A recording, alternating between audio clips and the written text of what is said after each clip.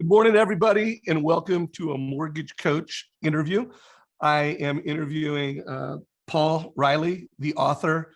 Again, I interviewed Paul, has it been a year ago or was it 2 years ago, Paul, that we had you in the mortgage coach community? I think it's been 2 years actually, or probably 3 years. It just, it feels like it's been a decade since what's been going on. But yeah.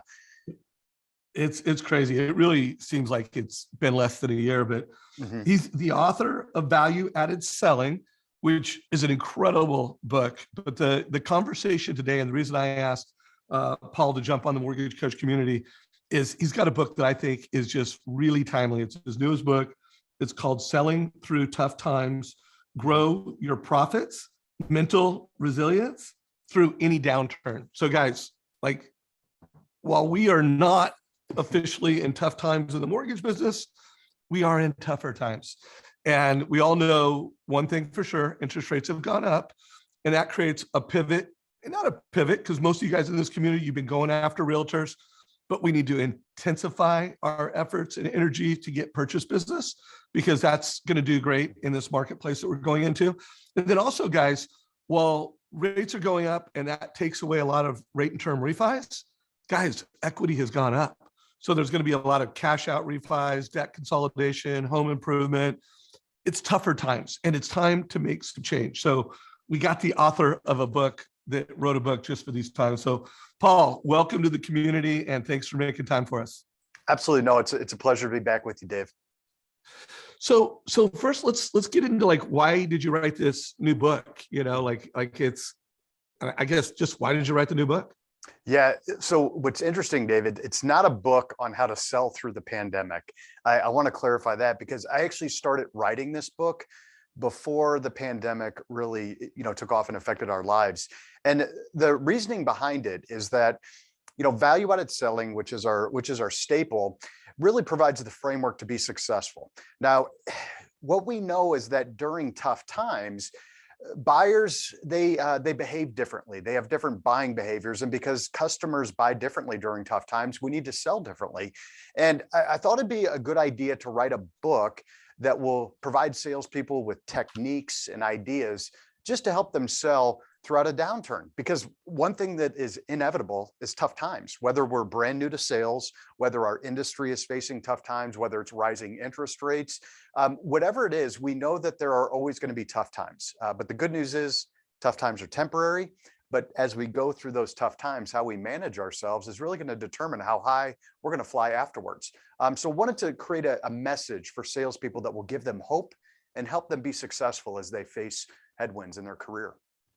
Well, I've always felt like during the tough times, the best just get better and pick up market share. Like, that is the time when the most elite, the most high performing, the most intentional, purpose-driven in any sale are going. What are your thoughts on that?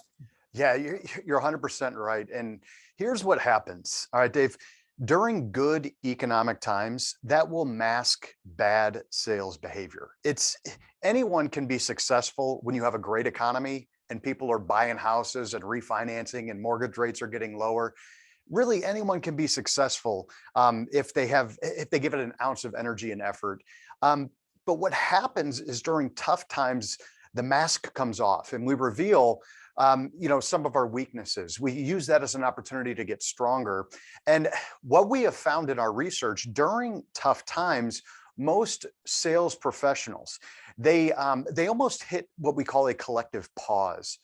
They hit the pause button. They wait and see. They try to wait it out. And they reduce their activity, which really, that spells disaster for a number of reasons. But what we know about top achievers, those top performers, they use tough times as an opportunity to improve and get better. They use this as an opportunity to poke holes in their business and say, okay, where do I need to improve? How can I become more effective in this area? They view it as a time to invest their energy and effort into their business, into their profession. So first of all, completely agree with that. But I think there's also something different. And I'm going to share a quick story. Shant Benoshian, who's the #1 loan officer in America, he's the #1 loan officer at Guaranteed Rate. He called me yesterday and he said, "Hey, Dave, I'm doing some planning for 2022. Rates have gone up. but equity's gone up too. And so I know I'm going to lose. He did about 1.2 billion in rate and term refis this year. So, I mean, a lot of rate and term refis. He knows I'm going to lose that business, but equity's gone up. So I think cash out refis are going to be hot. And so he's kind of studying right now, like what am I going to stop doing? What am I going to start doing to optimize that market opportunity? So I think that top producers, they plan differently. Like, I don't know how many loan officers are really putting the intention of like a shunt into that. So what are your thoughts on that? They act different, they plan different. What are your thoughts? It's interesting. In the book, we have a whole chapter, and it's dedicated to what we call the tough timer mindset. Tough timers are those individuals that not only just survive tough times, they find a way to thrive through them. And we have this collection of descriptors, 7 in total. One of them that you mentioned, and it's right in line with what you're talking about with this loan officer. Tough timers are opportunistic. All right, they're opportunistic, and that term sometimes gets a bad rep, right? You hear that term opportunistic and you don't always think all the positive things that you should, but I believe it is a good thing. And what we know is that tough timers find a way to seize opportunities. They see the opportunity through the struggle. There's some great examples of just how tough times throughout history have created new opportunities. I'll give you an example. The Kellogg's cereal company, all right? Kellogg's cornflakes were created because someone accidentally left a bowl of smashed wheat out overnight. It started to ferment, and rather than throw it out, Bill Kellogg started to experiment with it, and he figured out that, hey, this makes a pretty good flake. And he ended up doing that during a tough time. That was during, I want to say, I forget exactly what recession it was, but it was during a recession or a depression that he did that. So another guy, Cesar Cialdini, all right, he is a restaurant owner. And during there was a recession in the early 1920s. His restaurant was overwhelmed with people. They ran out of food. A lot of that was due to the constraints happening because of the tough time. So people came there, they were hungry for food. He didn't have much left. All he had was basically some lettuce and a bunch of different ingredients. So he said, you know what, I'm going to make a salad. And that's how the Caesar salad was born. He viewed it opportunistically. And that's what tough timers do. Right? They look at the market and they say, you know what, rates are going to go up. It could be a tougher market next year. How am I going to make money? How am I going to thrive? Well, let's look at all the equity in homes. That sounds like a tough timer. Tough timers are opportunistic, and they see the opportunity through the struggle. So you mentioned there's 6 tough timer mindsets, and you mentioned opportunistic. Again, we won't take everything from the book. We'll still leave some meat on the table to buy the book. Oh, but what are some of those other mindsets? So they're resilient. Resilience is absolutely critical. And the question is, how do we bounce back from adversity? How do we push through adversity? And the book's dedicated to my dad, which you may have read the dedication. He's a tough guy. He's my mental role model.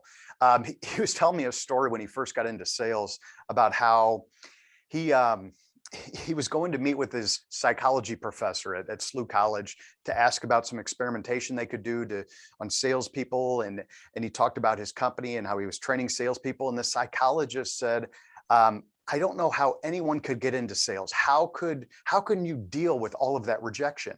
And my dad simply responded, well, I never even really thought about it. Right. And that's resilience. That's breaking through. It's not viewing those struggles as setbacks. Instead, that helps you create even more momentum to push through. So you're resilient, you're visionary. Visionary tough timers, they believe in a brighter future. They believe in their success. So they act in a way today that is consistent with the success that they want to achieve. So they have a strong and a deep belief in their success. They're also humble. Humility is another. So by the way, are we going? So 1, we're opportunistic. 2, resilient. Mm-hmm. Is 3, humble, humility? No, they're not in any particular order. Got it. In the book, they are. I can't remember which order they're in. I forgot what I wrote. Right? Oh, but, I don't care. I just wonder, like, hey, are we getting another piece of the puzzle? Because I want to get a few pieces on this. Sure. Got it. Humble. Absolutely. So humble. They're very humble. That's one thing that I'm surprised with is I've worked with a lot of top achievers. I know that your community here is really the top percent in the industry. One thing I've noticed about a lot of the top achievers that I work with is how humble they are. They are not always the loudest person in the room or the most outspoken. They almost operate with a quiet confidence about them, and they continue to just view the world from a humble position. So it creates an opportunity. It creates an opportunity for them to find ways to improve, to get better, because they view the world in a humble way. Tough timers are steadfast. Right? They're the plow horses, right, of the industry. And what I mean by that is they will continue moving forward. They will continue to take action even when they don't see the results that they hope for. They maintain their steadfastness, if you will, in executing what they do. They do the right things, and they continue to do all the right things even when they don't see an immediate reward there. So, those are just a few of the tough timer characteristics. Well, I love them all. And I think when I think of all the top producer interviews that I've done, I interview top producers every single week, usually multiple top producers a week. They are all opportunistic. They are all resilient. They almost all, not every single one of them, but 90% of the most high achieving people I know are the most humble. Shant Benoshian, number one loan officer in the country, guys, who I've interviewed a couple times this year. I'll put a link down below. He was also one of the keynote speakers at the Modern Mortgage Summit. Guys, he is like the most humble loan officer, most humble. He's not a loan professional. His presentation was the CEO mindset, super humble, super strategic, and then steadfast, consistent. I've always felt like of all the most high achieving people, they've got great processes, they've got systems, and then they consistently execute those things. They are steadfast. So I love that, guys. So there is some live community going on right now. We've got this in our Facebook group. Scott Magnus said, "My man, Paul, well done." So yeah. I know you Scott's were originally in St. Louis, I think. Yeah, Hometown, I believe so. We went to grade school together, believe it or not. Oh my gosh. If it's the same as Scott, I'm thinking of, yeah. I'm sure it probably is. Yeah. And so what's up, Scott? Childhood friends. And then Dave Gallegos, who I think is one who originally referred you to me. Yeah. And the first time you interviewed on our platform is with Dave Gallegos. So guys, if you have questions for Paul, we're going to have him live for about another 15 minutes. And then my hope, well, I know we're going into a pivot year, guys. Yeah. I don't think it's going to be tough times for mortgage professionals. I think housing is leading our way, is critical to America. They're going to keep rates in a very, in a zone that people are buying homes and the real estate value is going good. But it is a pivot year, guys. You gotta embrace this. Mm-hmm. What are some other, knowing loan officers, because you know our community, mortgage, sure. Real estate, you speak for lots of companies in the mortgage and real estate space. What are some of the nuggets in your book that you think are most on point for a mortgage professional or a real estate professional? Yeah, great question. And there's a few that come to mind. Number one, some of the tips and ideas in the book, we talk about the buyer's mindset during a tough time. All right. And although the mortgage industry in itself is not in tough times, but they are tougher times, we got to realize that during times of uncertainty, buyers behave differently. And as a mortgage broker, you need to be aware of that. We need to be aware of how the mind subtly shifts in the buyer's mindset. So we talk about that, how the scarcity mindset can overtake customers and buyers. And when that happens, they look to hoard resources. They look to conserve cash, which in some cases that may create an opportunity. You mentioned the number one loan officer, in that with all the equity in these homes, there's going to be the cash out refinancing. People look to conserve cash and hoard cash during tough times. That may be a way that people are going to, fulfill their need of security, is by tapping into that cash. So that could create an opportunity. When we talk about the critical selling activities, the very first one is select. And this means we need to be crystal clear on the type of opportunities that we're going to focus on. So if you have not done this right now, have a crystal clear profile of what type of customer you want to go after, that you want to pursue. And the reason why this is important right now, okay? During tough times, salespeople in general, they become more lenient on what their criteria is for good business. And that's because they operate from a scarcity mindset and they think, I got to take whatever I can get. And we know that not all business is worth having, right? We need to make sure that we're focusing on the right opportunities. So in that selection phase, we give you a step-by-step approach on how to do that. Now, this same philosophy applies to the network, your circle of influence that you're going to be interacting with. The real estate folks, you need to be crystal clear on the type of realtors that you want to work with and other influencers in your industry. Create a profile, right? Create a profile and build a plan on how you're going to target them and how you're going to work with them. So those are just a couple tips and ideas. In your messaging during tough times, when you're reaching out to your customers, when you're reaching out to those realtors, it's important to communicate with an empathetic tone during tough times. So having that mindset of viewing the world through the eyes of another person, just to understand how they're thinking, what they're going through, that's going to help you deliver a more compelling message. So that, that's just a couple of tips and ideas. And I'm happy to build on that as well. Well, I am going to have you build on that. Before I do that, I do want to shine a light on, guys. When I first interviewed Paul 3 years ago, and you can see the topic was crush price exceptions and win with rate shoppers. Guys, that is just as relevant in today's market, in its rising environment. And then it was like, oh my God, that was amazing. So a year later and 2 years ago, we did value-added selling. So I also want to call out something that you just said has come up in my past 2 interviews. So 2 weeks ago, I interviewed Shivani Peterson, who's a $150 million producer out of the Reno area.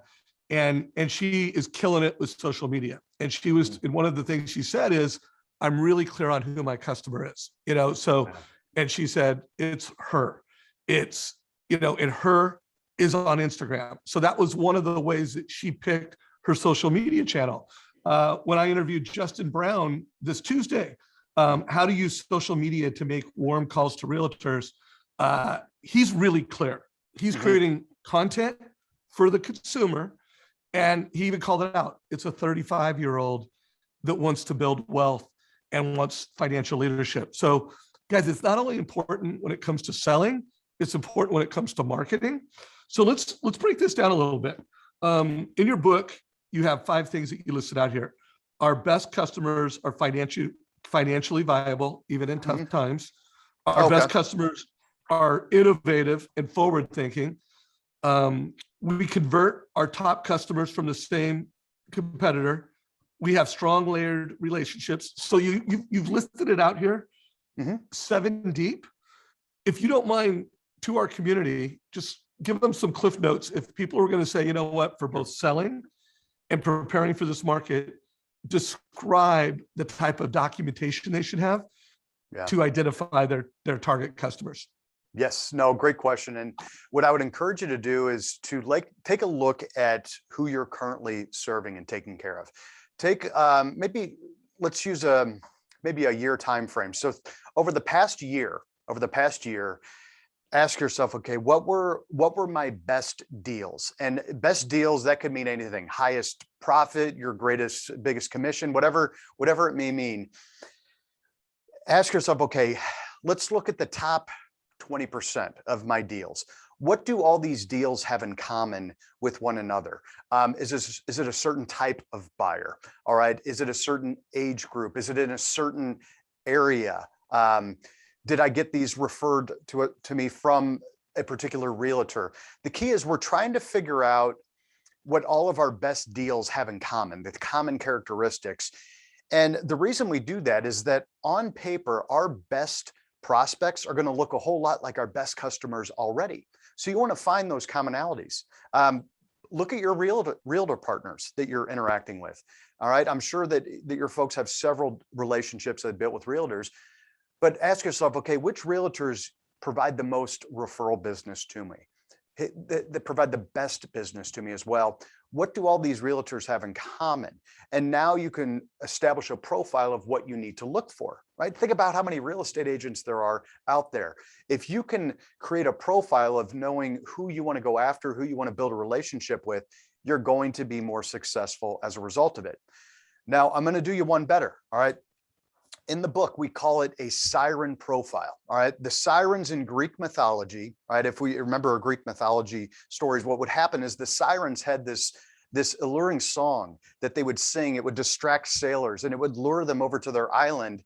And when they would get lured over to their island, they would crash into the rocks, sink, and die. All right. A little dramatic there, but the siren profile is the profile of customers that you want to avoid. All right. The ones you want to avoid. I know every person listening to this interview, they have that one deal or 2 or 3 deals per year that are a pain in the neck, high aggravation. The customer complains about everything. They look at every single fee. They want a discount on everything. They're slow with paperwork. It's a pain in the neck to deal with. This is business you want the competition to have. Take a look at your worst deals and ask yourself, okay, what do all these deals have in common? Now you know what you're looking to avoid. You think about it as professionals, time is the currency that we invest. And during a downturn, you're going to have a little more time on your hands. So we need to make sure we're investing it in the right types of customers, the right types of opportunities, and we're avoiding those opportunities we want to get rid of. So I just had a very big idea for our community, leveraging what you just said. Before I share that, Michelle Willer just commented, hi, Paul, great to see you. Thanks for the tips and the value. So, you got some friends in the mortgage coach community. Absolutely. Yeah. So here's the idea that just came to mind. We just talked about how, hey, you as a loan officer should come up with and, put some time and redocument what you do. I remember an interview with Josh Metal, like this is from 5 years ago. And the way he came up with, and today, if you type in doctor loan or physician loan, he will be among the first 3 people that show up in Google. And he is probably one of the most successful loan officers for physicians and doctors in America. That whole idea came from a tough market. And he figured out like, hey, where can I bring unique value? Who are my best customers? And he's like, wow, all these doctors were like great customers, high loan amounts. I was able to deliver a lot of unique value. Mm-hmm. And he's like, you know what? I'm going to focus for the next year or 2 on doctor loans, and I'm going to market it. I'm going to promote it. And here we are 5+ years later, and he's like number 1 in the country, or one of the top in the country. So just guys, this is a time to get clear on what you're doing. But here's the big idea, guys. It's also like, first of all, eat your own dog food, do it yourself. But now bring this to agents. This is a perfect time to say, hey, agents, like show up like with this book in your hand. I was just reading this book. We're not in tough times, but we're in tougher times. Pull out the chapter. I just did this. Let's get clear on what your avatar client is, or go to all your partners. Make this part of your annual planning with all your existing realtor partners where, guys, it's a different market. It's pivoting. We need to get more clear. Help, bring this to your agents. And guys, by the way, not a bad idea to say thank you to Paul. Buy at least 1 book. I recommend buying a case 10. of books. Get like 10 of them. I was going to say, buy at least 1, but buy a case of books and make this one of the books that you use with your year-end planning with all your agents. And we'll get to that in a minute. So before we wrap, and I know you got to go soon, I want to close out. One of my favorite chapters was your last chapter where it said the 30-day tough timer challenge. And one of the things we've been doing in the mortgage coach community is we've been doing this TCA a day challenge. But one thing I know for sure, guys, do these 30-day challenges with your team. If you're a manager, have a challenge. Could you describe the challenge at a high level, and then we'll go into wrap up mode so that people could maybe implement this individually, managers could implement it, and maybe they could even implement it with their realtor partners. Yeah, absolutely. So during the pandemic last summer, I was amazed at all these salespeople I was talking to, asking them how you're doing. And what was amazing is how many of them said, man, I'm having a great year. I'm having a record year.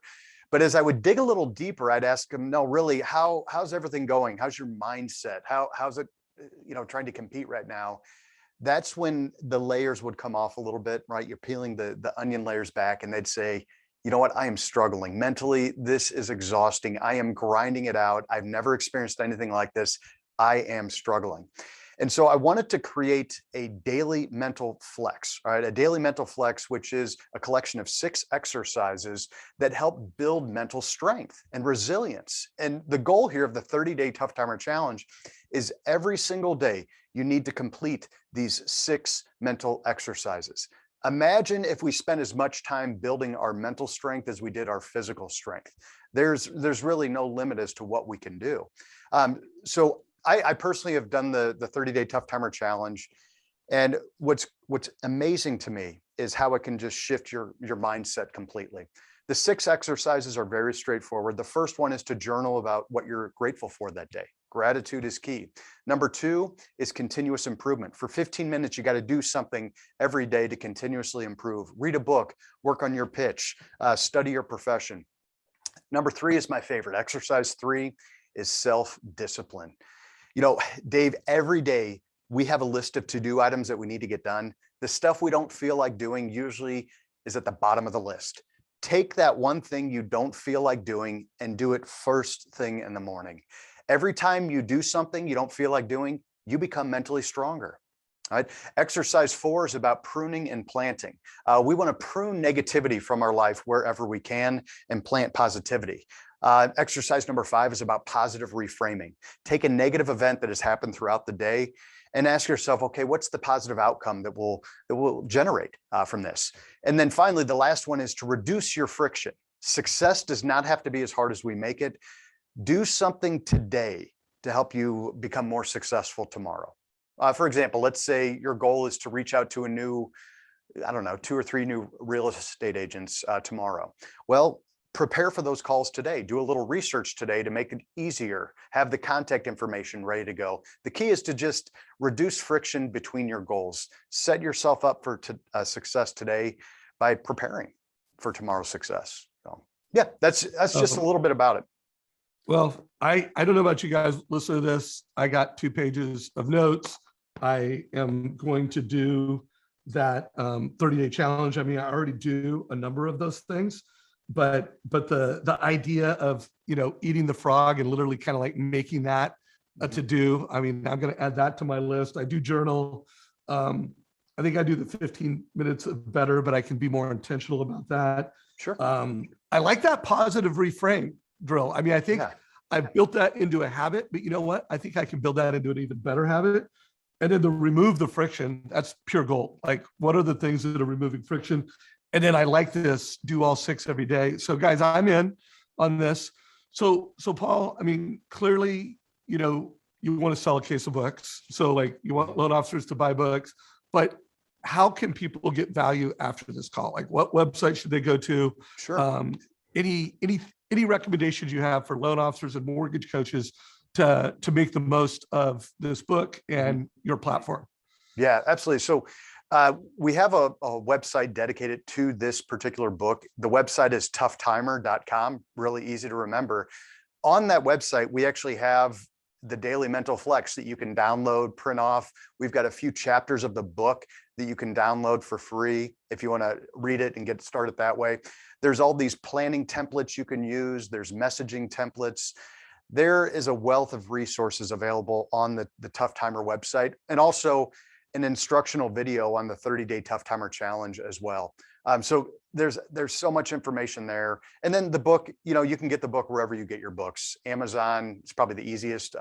Barnes and Noble, wherever you get your books, you can grab a copy of it. So guys, check it out. This is what it looks like. Go to toughtimer.com. Listen to his 2-minute video, get the book.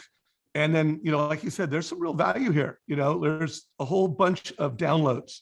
Go through this and get the data, get the information, and make sure you say, if you've got a takeaway, if you got value, give us a like.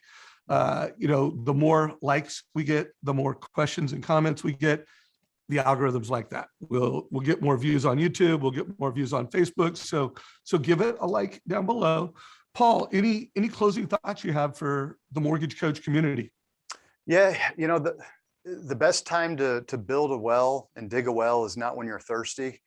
So although maybe you're not experiencing the toughest of times right now, it couldn't hurt to be prepared. And as you do experience tough times, a central theme throughout this book rather, is that tough times are good. All right, they are good. They're not pain-free, but they are good because the pain we experience will catalyze positive change. The tough times we experience, it will expose weakness so that we may get stronger. And if nothing else, as you go through tough times, it's going to create new opportunities for you to get better. Every peak that we achieve in our life is preceded by a valley. And in the valley, that's where we're going to learn how to get better, stronger, and prepare ourselves for that climb. So tough times are good. Embrace it. They're temporary. And so we need to make sure we take full advantage of the opportunity when it's in front of us. So I want to give some closing thoughts and then we'll wrap this up, guys. So I think this is a spectacular time. I've been talking a lot. Part of the manifesto, the Modern Mortgage Summit manifesto, was that loan officers can be the single most valuable advisor to families. Like, we can be more valuable than a CPA. We can be more valuable than a financial planner, but that means you need to be better. You need to be better at delivering an advice-based experience to a family so that you're truly delivering more than just a transaction. You're actually using a total cost analysis to help that family make a better decision. You need to be able to be creating financial literacy content. There's a financial literacy crisis in America, and mortgage professionals, your content should help people be more financially literate. Let's face it, managing liabilities is a bigger opportunity than managing assets. More families have liabilities than assets, and you can help them. So you got to get better. You got to be better. I am going to be writing a lot of articles and creating a lot of content. Shot got me thinking, like, what should mortgage coaches be doing and planning? Dan Keller and I had a little chat via text about an hour ago. And I said, hey, Dan, what are your top 3 priorities? And hopefully, Dan, you're cool that I share this. And he said, realtors, number 1, his home buyer class, number 2, consumer direct strategy, past clients, number 3, cash out refis, and recruiting. So Dan's looking to build his branch. And I said, Dan, what would happen if you made your number 3 priority, your past customers, your number 1 priority?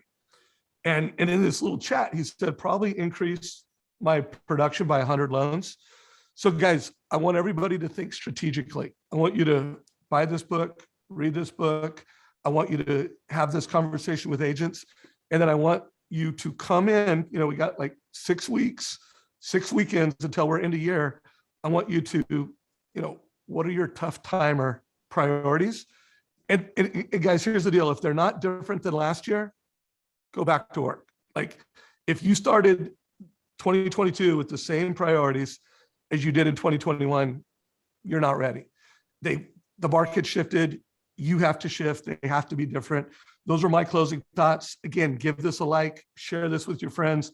Paul, hopefully your game, jump it on Zoom again sometime before the year's out, and before 2022. But let's not make it another 2 years, brother. Let's make it like 3 to 6 months. Absolutely. No, I'd love to. Thanks, Dave. All right. Hey, take care, everybody. This is a wrap. And